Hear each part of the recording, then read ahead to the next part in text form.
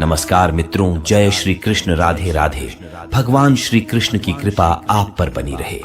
श्रीमद् भागवत गीता हिंदुओं का पवित्र ग्रंथ है, जिसमें 700 श्लोक एवं 18 अध्याय है। महाभारत के युद्ध के दौरान युद्ध के मैदान में अपने सगे संबंधियों को देख जब अर्जुन अपने कर्तव्य से विचलित हो गए थे, उस समय भगवान श्री कृष्ण ने अर्जुन को जो उपदेश दिए थे वही गीता है। भागवत गीता में जीवन के हर एक प्रश्नों का उत्तर समाहित है। जो मनुष्य गीता को पढ़ लेता है वह जीवन के सभी दुख, वासना, ईर्ष्या, क्रोध, लोभ, मोह, लालच जैसे बंधनों से मुक्त हो जाता है। भागवत गीता मनुष्य के जीवन को बहुत ही सरल बना देता है, क्योंकि भागवत गीता में जीवन का असली मकसद बताया गया है। इसलिए जीवन में एक बार हर एक व्यक्ति को भागवत गीता जरूर पढ़ना चाहिए और भगवत गीता का ज्ञान जरूर प्राप्त करना चाहिए। आज के इस वीडियो में हम जानेंगे संपूर्ण गीता का निचोड़, जो निश्चित ही आपके ज्ञान को बढ़ाएगा। परिवर्तन ही संसार का नियम है। भगवान श्री कृष्ण गीता में कहते हैं कि यहाँ सब कुछ बदलता रहता है। काल चक्र में इतनी शक्ति होती है कि वह राजा को रंक और रंक को राजा बना देता है। इस जीवन में एक पल में क्या हो जाना है और दूसरे पल में क्या हो जाना है, इसका आकलन कोई नहीं कर सकता। इस जीवन में कोई भी चीज स्थायी नहीं है। हर एक चीज शुरू होने के बाद उसका अंत अवश्य होता है और फिर नई चीज शुरू होती है। जीवन में दुख आते हैं तो कुछ पल के बाद सुख भी आते हैं। कभी लाभ होते हैं तो कभी हानि भी होती है। कभी जय होता है तो कभी पराजय भी होता है। कभी मान होता है तो कभी अपमान भी होता है। इसलिए मनुष्य को चाहिए कि वह दुख को भी अस्थायी समझकर उसे अपनाए। सही समय की प्रतीक्षा करना मूर्खता है। गीता में भगवान श्री कृष्ण अर्जुन को कहते हैं कि किसी चीज को शुरू करने के लिए कभी कोई सही समय नहीं होता। मनुष्य जब कोई चीज शुरू करता है वही उसके लिए सही समय होता है। जो मनुष्य सही समय के इंतजार में रहता है उसके लिए सही समय कभी नहीं आता और वह कभी भी अपने काम को शुरू नहीं कर पाता। ऐसे मनुष्य जीवन भर सही समय का इंतजार करते ही रह जाते हैं और कभी सफलता प्राप्त नहीं कर पाते। इसलिए मनुष्य को चाहिए कि सही समय की प्रतीक्षा करने के बजाय वह अभी से ही काम को शुरू करे। वर्तमान का आनंद लेना चाहिए। गीता में कहा गया है कि बीते कल और आने वाले कल की चिंता करना व्यर्थ है, क्योंकि ना बीते हुए कल को बदला जा सकता है और ना आने वाले कल को देखा जा सकता है। मानव को वर्तमान का आनंद लेना चाहिए। भूतकाल में बीते घटनाओं को सोचकर एवं आने वाले कल की चिंता करके मनुष्य वर्तमान के सभी पलों को व्यर्थ गुजार देता है। जो हो गया सो हो गया और जो होगा उसे टाला नहीं जा सकता। इस सत्य को अपनाकर मनुष्य को वर्तमान के हर एक पल का आनंद उठाना चाहिए। नजरिए को शुद्ध करें। हर व्यक्ति दुनिया को अपने अपने नजरिए से देखता है। जिसकी जैसी नजर, यह दुनिया उसके लिए उसी तरह है। दुनिया को बदलने से पहले खुद के नजरिया को बदलना जरूरी होता है। जिस दिन आपका नजरिया अच्छा हो जाएगा, ये दुनिया भी आपको बहुत अच्छी लगेगी। नजरिया हमारे व्यक्तित्व का बहुत अहम हिस्सा होता है। यही हमारे जीवन यात्रा की दिशा तय करता है। नजरिया सकारात्मक और नकारात्मक दोनों हो सकता है। नकारात्मक नजरिया होने से व्यक्ति केवल निराशा और दुख पाता है, लेकिन सकारात्मक नजर से व्यक्ति को यह जीवन बहुत ही सरल और सहज लगने लगता है। क्रोध मनुष्य का सबसे बड़ा शत्रु होता है। क्रोध मानव के विनाश का कारण होता है, क्योंकि क्रोध से भ्रम पैदा होता है और भ्रम से बुद्धि विचलित हो जाती है। क्रोध में मानव को कुछ भी आभास नहीं रहता है। क्रोध में मानव अपनों के प्रति भी गलत शब्द का प्रयोग करता है। गलत शब्द व्यक्ति को दिल से चोट पहुंचाता है, जो घाव कभी मिट नहीं पाता। क्रोध में मानव कभी भी सही निर्णय नहीं ले पाता और क्रोध में ली गई निर्णय हमेशा ही दुखदायी होती है। क्रोध में व्यक्ति की आंखें बंद हो जाती है और उसका मुंह खुल जाता है। वह समझ ही नहीं पाता कि क्या सही और गलत है। क्रोध उसे गलत राह पर ले जाती है। इसलिए मनुष्य को क्रोध पर काबू करके मन को शांत रखना चाहिए। कर्म करें, फल की चिंता न करें। युद्ध के परिणाम को सोचकर जब अर्जुन विचलित हो जाते हैं, तब भगवान श्री कृष्ण उन्हें कर्म का ज्ञान देते हुए कहते हैं कि कर्म कर, फल की इच्छा मत रख। क्योंकि कर्म करना मनुष्य के अधीन है, लेकिन फल प्राप्त करना मनुष्य के अधीन नहीं है। मनुष्य अगर सच्चे दिल से और कर्म को धर्म समझकर कर्म कर रहा है तो उसे एक ना एक दिन कर्म का फल जरूर मिलेगा। जो मनुष्य फल की इच्छा रख के कर्म करता है वह सुख दुख के जाल में फंस जाता है, क्योंकि जब मनुष्य अपने कर्म से फल प्राप्त नहीं कर पाता तो दुख उसे घेर लेती है। फल की पहली चिंता करने से मनुष्य अपने कर्म को सही से नहीं कर पाता, लेकिन जो मनुष्य बिना फल की चिंता किए कर्म को करता है उसे फल अवश्य मिलता है और वही व्यक्ति ज्ञानी होता है। मन पर नियंत्रण रखना सीखो। मन जिसके बारे में हम सुनते हैं लेकिन कभी देख नहीं पाते, क्योंकि मन हमारे शरीर का एक शक्तिशाली अदृश्य हिस्सा है। मन ही तो है जो मनुष्य में तरह तरह के भाव को उत्पन्न कराता है और मनुष्य उसी के अनुसार व्यवहार करता है। मन मनुष्य को अपने जाल में इस कदर फंसा के रखता है कि मनुष्य लाख कोशिश कर ले लेकिन वह अपने मन पर काबू नहीं पा पाता। मन काफी शक्तिशाली होता है, वह मनुष्य को अपने अधीन रखता है और हमारा मन हमें नाचना चाहता रहता है। मन मनुष्य को घमंड की मदिरा पिलाकर मदहोश करने की शक्ति रखता है। मन मनुष्य को जीवन के अंत तक अपने जाल से निकलने नहीं देता, जिस कारण मनुष्य सदा जीवन के मोह माया में व्यस्त रहता है। हर मनुष्य की आत्मा के अंदर परमात्मा का प्रकाश है और उस परमात्मा का साक्षात्कार करने के लिए मनुष्य को अपने मन पर नियंत्रण करना पड़ता है। एक बार मनुष्य मन पर काबू पाने में सफल हो जाए तो वह जीवन के मोह माया से बहुत आसानी से पीछा छुड़ा सकता है। हर मनुष्य की आत्मा के अंदर परमात्मा का प्रकाश है और उस परमात्मा का साक्षात्कार करने के लिए मनुष्य को अपने मन पर नियंत्रण करना पड़ता है। आत्मा अविनाशी है, मनुष्य का शरीर विनाशी है, उसका कोई अस्तित्व नहीं, लेकिन मनुष्य का आत्मा अविनाशी है। आत्मा कभी नहीं मरती, यह सदा अमर रहती है। आत्मा को ना कोई शस्त्र मार सकता है ना कोई अस्त्र मार सकता है। मनुष्य का शरीर मृत्यु के बाद पंच तत्वों में विलीन हो जाता है, लेकिन आत्मा दोबारा नए शरीर में जन्म लेती है। इस प्रकार जो व्यक्ति जीवन के इस सत्य को समझ जाता है कि आत्मा कभी नहीं मरती, वह व्यक्ति कभी किसी के मरने का शोक नहीं मनाता, क्योंकि उसे पता है कि केवल शरीर मरा है, आत्मा तो जिंदा है। शरीर का नाश होने के बाद आत्मा दोबारा किसी अन्य शरीर का रूप लेगी। एक ही कर्म किसी के लिए पाप बन जाता है और दूसरे के लिए पुण्य बन जाता है। व्यक्ति जो कर्म कर रहा है वह पाप है या पुण्य, यह कार्य को करते हुए देखकर नहीं कहा जा सकता। व्यक्ति किसी भी कर्म को जिस भावना से करता है वही उस व्यक्ति के कर्म को पाप और पुण्य के रूप में परिभाषित करता है। उदाहरण के लिए कोई व्यक्ति धन के लालच में किसी की हत्या कर देता है, वहीं दूसरा व्यक्ति किसी की जान बचाने के लिए किसी दुष्ट व्यक्ति की हत्या कर देता है। यहाँ दोनों व्यक्ति के द्वारा किसी की हत्या की गई है, दोनों का ही कर्म समान है, लेकिन दोनों का कर्म पाप का भागीदारी नहीं है। लूट के उद्देश्य से हत्या करने वाले व्यक्ति का कर्म पाप का भागीदारी होगा, लेकिन किसी की जान बचाने के उद्देश्य दुष्ट व्यक्ति की गई हत्या पाप की श्रेणी में नहीं आएगा। इस सृष्टि में जो जन्म लेता है वो निश्चित रूप से मृत्यु के अधीन हो जाता है।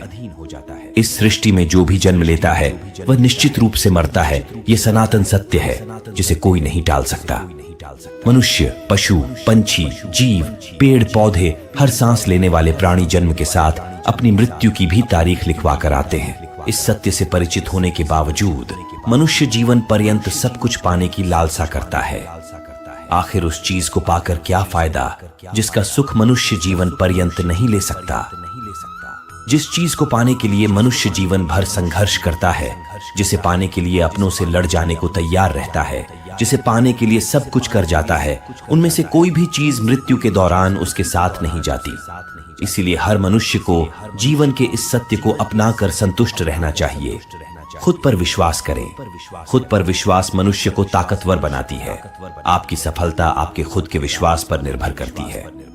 व्यक्ति अगर खुद पर विश्वास कर ले तो वह हर एक कठिन कार्य को कर सकता है। खुद पर विश्वास मनोबल को बढ़ाती है और व्यक्ति लक्ष्य को प्राप्त करने के लिए दृढ़ निश्चय कर पाता है। खुद पर विश्वास करके अगर मनुष्य कर्म में लग जाए तो उस कर्म को करने में उसे आनंद आता है और निश्चित ही उसे सफलता मिलती है। भगवानों में कोई छोटा बड़ा नहीं। आज संसार के मानव विभिन्न धर्मों में बंट चुका है और वे धर्म, संप्रदाय और भगवान के नाम पर लड़ते झगड़ते हैं। लेकिन उन्हें नहीं पता कि संसार में ईश्वर के कई रूप हैं और इसमें कोई भी छोटा या बड़ा नहीं है। परमात्मा का हर एक रूप समान है। जिस तरीके से हर एक नदी अंत में सागर में जाकर मिलती है, उसी तरह हर एक धर्म मत की धाराएं परमात्मा रूपी सागर में जमा होती हैं। इस संसार के निर्माता एक ही परमपिता है। इसलिए हर एक इंसान को धर्म जात से परे एक ईश्वर की आराधना करते हुए मिलजुल कर रहना चाहिए। में जमा होती हैं। इस संसार के निर्माता एक ही परमपिता है। इसलिए हर एक इंसान को धर्म जात से परे एक ईश्वर की आराधना करते हुए मिलजुल कर रहना चाहिए। ज्ञान और कर्म समान है। जो व्यक्ति कर्म और ज्ञान को अलग अलग समझता है वह अज्ञानी है। ज्ञानी व्यक्ति के लिए कर्म और ज्ञान दोनों ही एक ही है, क्योंकि बिना कर्म के ज्ञान का कोई अर्थ नहीं। गीता कहती है कि ज्ञान को पढ़ने से प्राप्त नहीं किया जा सकता, इसके लिए अनुभव करना पड़ता है और अनुभव करने के लिए कर्म करना जरूरी होता है। इस तरह कर्म करने से ज्ञान का अनुभव होता है। कर्तव्य पालन जरूरी है। संसार में सबसे बड़ा धर्म कर्तव्य का पालन करना है। जो व्यक्ति अपने कर्तव्यों का भली भांति पालन करता है उसे सुख और मन की शांति का अनुभव होता है। अपना कर्म भले ही कितना ही कष्टदायक क्यों ना हो, लेकिन अपने कर्म को कर्तव्य समझकर करना दूसरे की नकल करने से श्रेष्ठ होता है। कर्तव्य मनुष्य को बेहतर बनाता है। हर एक कर्म में दोष होता है, इसलिए दोष देकर अपने कर्तव्य से पीछे नहीं हटना चाहिए।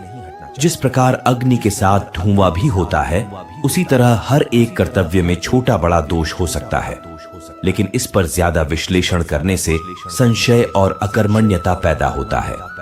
कभी अति नहीं करना चाहिए। जीवन में हर एक चीजों का संतुलन होना जरूरी है। जीवन में उतार चढ़ाव आते रहते हैं। किसी भी हालात में अति नहीं करना चाहिए। जैसे दुख खाने पर बहुत ज्यादा निराशा में डूबना नहीं चाहिए और ना ही सुख आने पर बहुत ज्यादा खुश होना चाहिए, क्योंकि कोई भी चीज अस्थायी होती है। इससे असंतुलन पैदा होता है जो जीवन की गति और दिशा को बाधित करता है और इससे अनावश्यक दुख और कष्ट उत्पन्न होते हैं। मन, विचार और कर्म में संतुलन बनाकर ही ज्ञान की प्राप्ति की जा सकती है। गीता में श्री कृष्ण कहते हैं, हे अर्जुन, मनुष्य को कभी भी अहंकार नहीं करना चाहिए। अहंकार मनुष्य से वह सब करवाता है जो उसके लिए सही नहीं है। अंत में यह अहंकार ही उसके विनाश का कारण बनता है।